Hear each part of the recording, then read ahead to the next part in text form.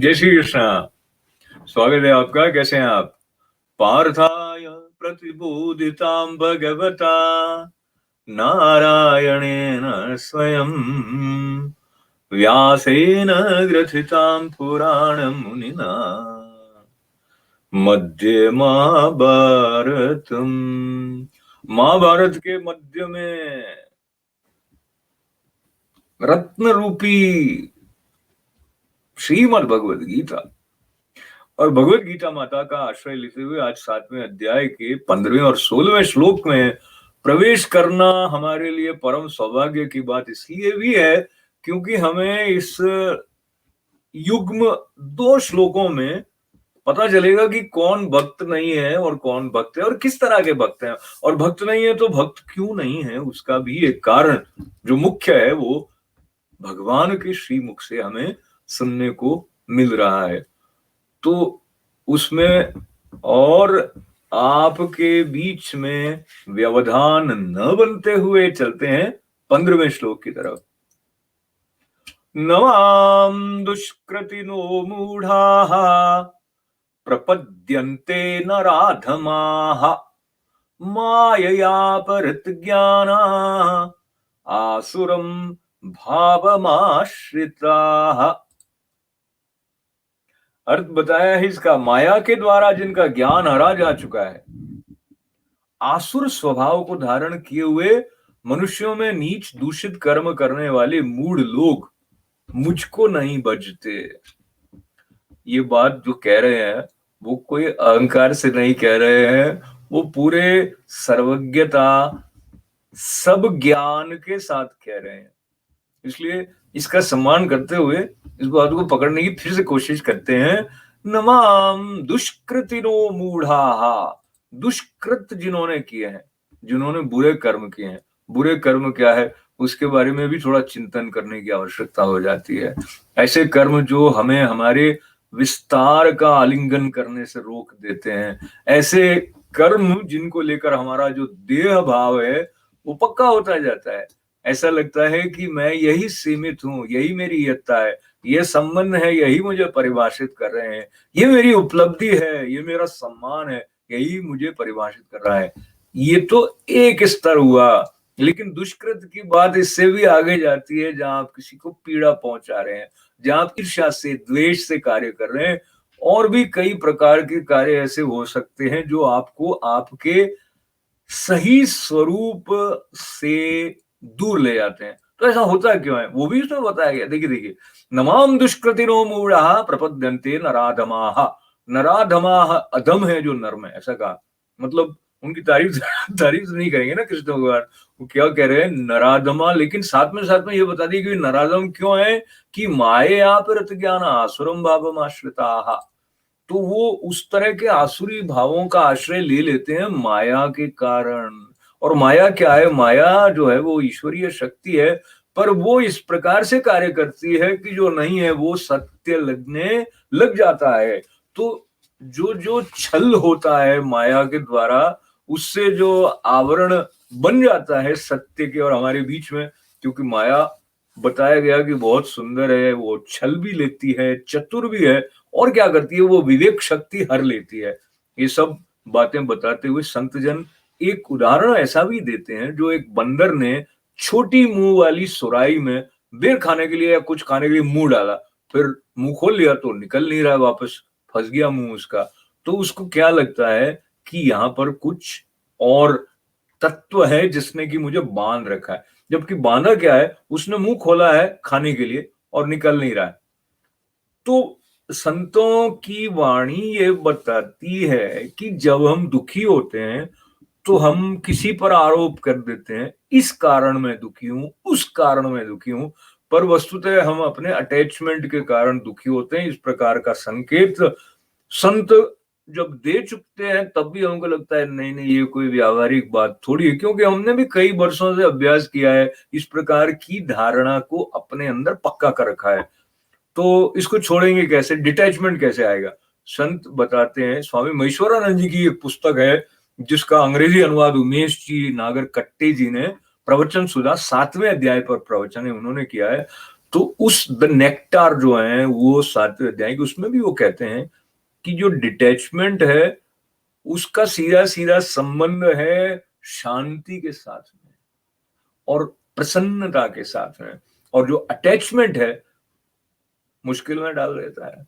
तो आप मुश्किल में जाना चाहते हैं कि नहीं चाहते हैं, ये निर्णय आपका है, मेरा है। श्लोक क्या कहता है? नवाम दुष्कृतिनो मूढ़ाः प्रपद्यन्ते नराधमाः मायया परत ज्ञाना आसुरम भावमाश्रितः। तो ये पूरी सृष्टि का जो सृष्टा है वो क्या है, जैसे समझिए बातचीत में अगर कहें तो वो अपना थान का थान खोल कर बैठा है कि ले जाओ सब, उदारता से सब कुछ लुटा रहा है, अपने आप को लुटा रहा है। पर हमें लेने के लिए भक्ति का जो भाव जागृत करना चाहिए, वो कैसे हो? कहते हैं कि ज्ञान और भक्ति परस्पर संबंधित है। अगर हमें ईश्वर तत्व के बारे में ज्ञान नहीं है तो भक्ति जो है हमारी वो आगे नहीं बढ़ती है, और भक्ति नहीं है तो ज्ञान नहीं आता है। तो ये दोनों जो है ये आपस में संबंधित है। ये बात भी स्वामी महेश्वरानंद जी की वाणी से आई, जो कि मैंने आप तक पहुंचाई। और अब चलते हैं 16वें श्लोक की तरफ। 16 शब्द के अपने बड़े महत्व है ही है। 16 षोडश उपचार होते हैं पूजा में, लेकिन कृष्ण भगवान जो है वो कितनी 16 कला संपूर्ण है, क्या और भी अधिक है? पता करिएगा, मुझे भी बताइए। 16वां, चतुर्विधा भजन्ते माम जनाः सुकृतिनोऽर्जुन आर्तो जिज्ञासुरर्थार्थी ज्ञानी च भरतर्षभ। इसमें तो सब भक्तों के बारे में बात आ गई है। ये समझिए कि आपकी मेरी सबकी जिन जिन की भक्ति भावना है या रस आया है भगवत नाम में, उनके बारे में एक जन्मपत्री जैसी बात है। 4 तरह के भक्त हैं जो मुझे भजते हैं, ऐसा उन्होंने कहा। चतुर्विधा भजन्ते माम जना सुकृतिनो अर्जुन। देखिए यहां पर क्या था? दुष्कृतिनो था, और यहाँ पे क्या है? सुकृतिनो। आप सुकृतिनो हैं इसलिए आप श्रीमद् भगवत गीता में रस ले रहे हैं, पर इसके बाद में भी है, उन्होंने स्पष्ट किया कि 4 तरह के भक्त मुझे भजते हैं। कौन कौन है साहब? पहले वो हैं जो कि आर्त भाव से भजते हैं। तो इसके बारे में अधिकतर संतों ने उदाहरण के साथ बताया। आरती होती है ना कि भाई एक दुख से ईश्वर को पुकार रहे हैं, और विपदा जो आ गई है उससे पुकारने में द्रौपदी ने जैसे पुकारा था, स्वामी शिवानंद जी महाराज उनका उदाहरण देते हैं। और गजेंद्र मोक्ष की कथा आपने सुनी होगी, तो गजेंद्र ने जैसे पुकारा था कि वो ग्राह के मुख में मेरा पांव फंस गया है, सब छोड़ गए और कोई सहारा नहीं, आप मुझे बचा लो, ऐसा कहा था ना। तो गजेंद्र मोक्ष की कथा है, और द्रौपदी, इन दोनों के उदाहरण दिए। और भी बहुत सारे होंगे, आपका भी हो सकता है, मेरा भी हो सकता है, किसी का भी हो सकता है। लेकिन ऐसी विपदा हो जहां पर ईश्वर के अलावा और कोई उपाय नहीं है, इतनी तीव्रता सघनता के साथ जब जो भगवान पुकार होती है, उसको आर्त भाव कह दिया। और दूसरा क्या क्या? आर्तो जिज्ञासुर अर्थार्थी। तो जिज्ञासा होती है ना, समग्रता से ईश्वर के बारे में जानने की जो इच्छा है, उसको आप कह दीजिए कि जिज्ञासा। ऐसे जिज्ञासु के उदाहरण जो हमारे शास्त्रों में आते हैं, तो राजा जनक जो सीता मैया के पिताजी जनक राजा जो हैं वो, और एक जो उद्धव जी का भी उदाहरण स्वामी शिवानंद जी महाराज ने इसके अंतर्गत दिया। और अभी क्या अर्थार्थी का उदाहरण? अर्थार्थी का मतलब हुआ कि लौकिक संपदा भी चाहिए, वैभव भी चाहिए, पर उसके लिए भी ऐसा है कि ईश्वर का आश्रय लिया। तो सामान्यतः हम कहते हैं भाई सकाम भाव से नहीं बचना चाहिए, पर ऐसे भगवान ने खुद ही कहा है सकाम से भी बचते हैं वो भी, पर उसमें कितनी शुद्धि है वो बचने वाले में, वो बात भगवान जाने और वो जाने। तो तीसरा जो है क्या है? आर्तो जिज्ञासु अर्थार्थी। और अर्थार्थी में विभीषण का नाम भी है, सुग्रीव का नाम भी है, और ध्रुव जो थे जब वो प्रारंभ में अपने घर से निकले थे, पिताजी के वचनों से आहत होके, माता सुरुचि के वचनों से आहत होके, फिर उनके मन में भी कहीं था कि मैं अपने पिता की गोद में बैठा राजा है और मुझे तो बिठाया नहीं, ऐसा कैसे? तो ये जो थे वो अर्थार्थी थे। हालांकि बाद में वो अर्थ के बारे में मांग नहीं कर रहे थे जब भगवान प्रकट उनके सामने हो गए, तो वो एक अलग बात है। पर आगे चलते हैं तो ज्ञान की बात भी है इसमें। ज्ञान की मतलब चौथे तरह के भक्त वो हैं जो ज्ञानी हैं। कैसे?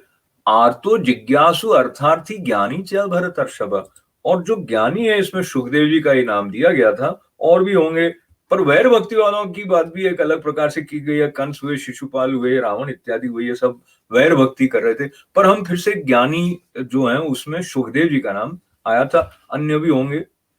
और तो ये चार प्रकार के भक्त जो हैं वो भगवान को भजते हैं। चतुर्विधा भजन्ते माम जना सुकृतिनो अर्जुन। आर्तो जिज्ञासु अर्थार्थी ज्ञानी च भरतर्षभ।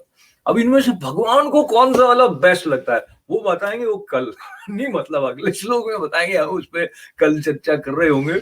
पर आपका जो आज का साथ है ना, साथ है फूलों का, और ये फूलों वाले साथ को लेते हुए जब विराम की तरफ बढ़ते हैं तो पूर्णता का प्रसाद हम सबके जीवन में प्रकट हो, उद्घाटित हो प्रभु कृपा से, ऐसी प्रार्थना करते हुए सबका कल्याण, सबका मंगल।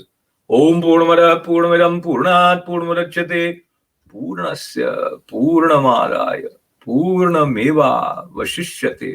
ओम शांति शांति शांति। बहुत बहुत धन्यवाद है। जय श्री कृष्ण।